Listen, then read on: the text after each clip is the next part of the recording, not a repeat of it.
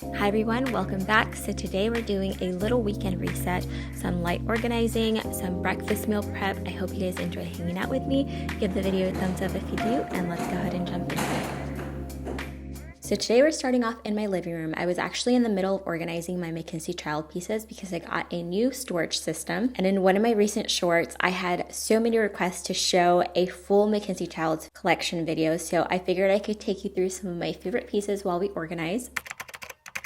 So this is the Butterfly Toy Lake collection, which I'm probably butchering that name, but this came out last year and it's like a whole set of teacups, plates, teapot, absolutely stunning. And I've had the privilege to be a Mackenzie-Childs brand ambassador going on 2 years right now, which I'm so grateful about. I've been collecting their items for over 10 years now, and this is actually the very first piece that I ever got. You guys probably remember me hauling this. But then I also have one from the Rosy Check collection, and this bow one was actually limited edition last year, and it is so stinking cute. I absolutely love using these. I also got this teddy bear cookie jar. I think it was like 2 years ago. It was a gift from my husband. I love keeping chocolates in it. This sugar bowl was a gift from a really good friend of mine. This is my number one favorite piece of my entire collection. It is the pot that I use to make all of my fall and winter soups. This year I got this one from the Rosy Check collection. This is actually a casserole dish.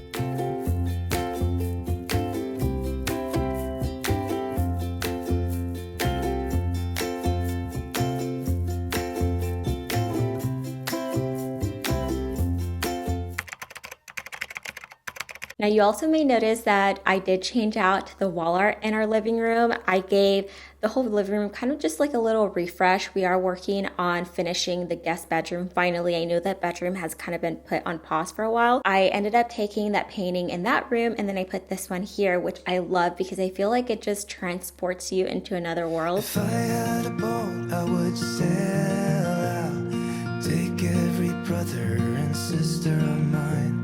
We'd roll in the sunshine and sleep when it's dark, hoping to find somewhere we can call home.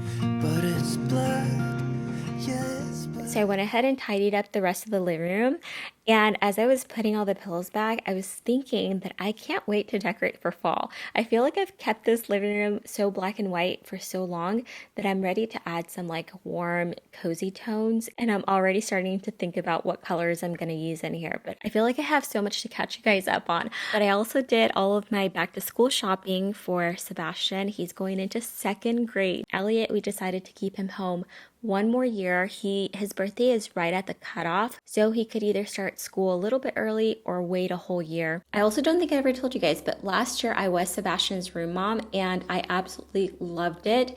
It did get a little crazy at times because there's a ton of parties and a lot of school events, but I love having all that extra time with him, and I think that I'm gonna do it again this year.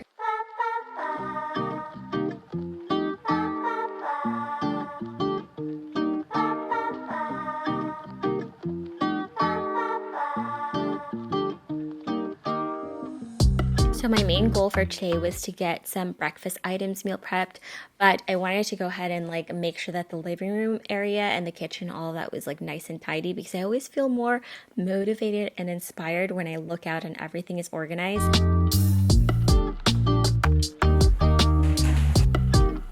Now let's get into the meal prepping. So I've been making these high protein yogurt bagels. I just combine flour, baking powder, and salt, and then I make sure to mix that really well. And then I'm gonna add my yogurt. I found that this is the best one. It has to be 0% Faye yogurt. Don't ask me why, but this works the best. And I start by combining it in the bowl first until it gets a little crumbly like this. And then I put some flour in my hands and I'll start to form a ball. I also had some flour imported from Italy because I heard from so many people that they don't have like digestive issues or bloating whenever they have flour that's like from other parts of the world. I have to say that I do notice the difference. Like I don't get that instant bloat when I use this flour. So I will link it below for you guys if you're also interested in it. Once it starts to come together, I can put it on the counter, make sure to put some flour down so it doesn't stick. And then this is the thing, you have to knead it. If it starts to feel a little too sticky, just add more flour. I'm getting some parchment paper and placing that on my baking sheet, and I'm gonna do 12 mini bagels. Once I have them like individually portioned out, I want them to bake super evenly, so I do weigh them to kind of get like around the same amount of weight. You don't have to do this part, but I do find this part to be super helpful. And I did tell you guys in my last video that if you are wanting to get into baking and you're not good at it like me, then you have to get a kitchen scale. It is a game changer, and this is like the only thing that has given me the confidence to bake so much. Then I roll them into a little ball, and then I like to poke the center to form my little donut. Just make sure you make the center bigger than you think you want it, because once it bakes, it is going to shrink. And I coat the outside with egg wash. This is what's going to give it that high gloss, really pretty bagel look. So it is optional, but I recommend you do it because it's going to look like a bakery bake. I made half of them plain for my kids and then the other half with everything but the bagel for me and my husband. And I baked them at 375 degrees. I've gotten it down to 28 minutes exactly in my oven, but I would say start checking them at around 25 minutes. Tell me all your secrets here right inside. I tell you all of my feelings I have in my mind. Going in circles, it goes on and on. I'm tired of making, and all of the things that I say to you, I feel like you take them and leave it behind. It's hard to find no more reason I wanna rewind. 'Cause baby, Next, we're gonna make some overnight oats. These are great for a quick breakfast. My kids love them. They like to add fruit to them. And my husband loves it too. Sometimes I'll do a little bit of chocolate chips on them. They're so delicious. And they're super easy to make, so I like to put all of my wet ingredients in one container first. I like to add Greek yogurt to increase the protein amount. Then I'm combining oats and chia seeds. The chia seeds add a ton of fiber. And then we just combine everything, and I like to add them in these little 1-cup containers. These are like the perfect portion for my kids. The 2 mason jars are for me and my husband, and I only fill them up halfway because we like to add extra yogurt and fruit to ours, so it leaves plenty of space.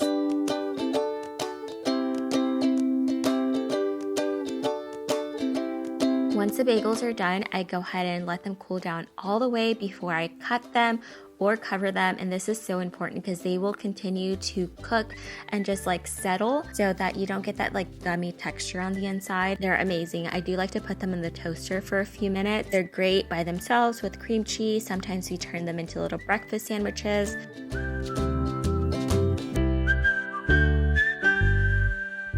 I almost forgot that I wanted to do a little bit of gardening before the sun went down. So I went ahead and took these plants that I recently got from the nursery. I got some rosemary, some basil, and some oregano. I've been trying to get this little garden going, so I did have some basil in here that was really thriving. But then it got infested by slugs, but it was just so bad and it got into everything that I had to tear everything out. So I did get a new basil plant and I'm starting fresh, and I'm hoping that this one will survive. A lot of you guys over on Instagram told me to try neem oil, so I did order some of that. Also, somebody told me to add little traps, like little bowls, and fill them with beer, and this will catch any slugs. But I do love this little planter. My friend is the one that introduced me to it. And what's great about it is that it holds, I think it's like 6 gallons of water. You fill it up and it has a little like flower thing that pops out. And when that flower thing goes all the way down, that's how you know that it needs more water. I feel like this has helped me so much in keeping my herbs alive. And then I did learn that you're supposed to plant rosemary separate from your basil because they don't like the same amount of water. And rosemary likes more sun than basil. So I'm learning so much, you guys.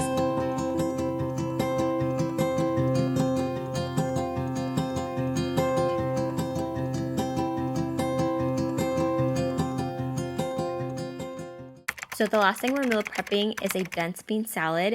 If you guys have no idea what this is, it's basically a salad made with like a ton of beans, and this one is like a chimichurri style. It's got steak and lots of beans and lots of veggies. So the steak is going to have those chimichurri flavors, so I added some soy sauce, also lots of garlic powder, a splash of red wine vinegar, and lots of lemon juice. And I just let that marinate while I got the rest of the ingredients ready.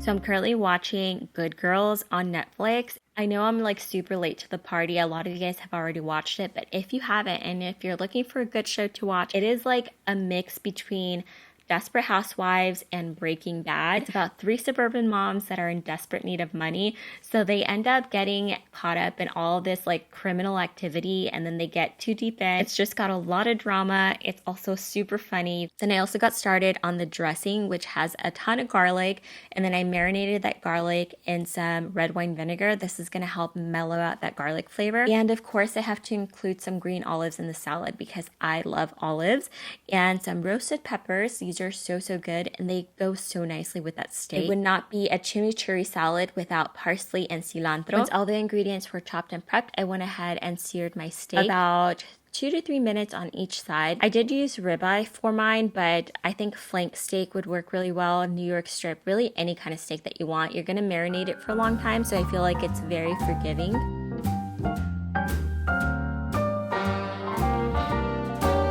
A little different than all the rest. I'm quite old-fashioned where I had sometimes played chess.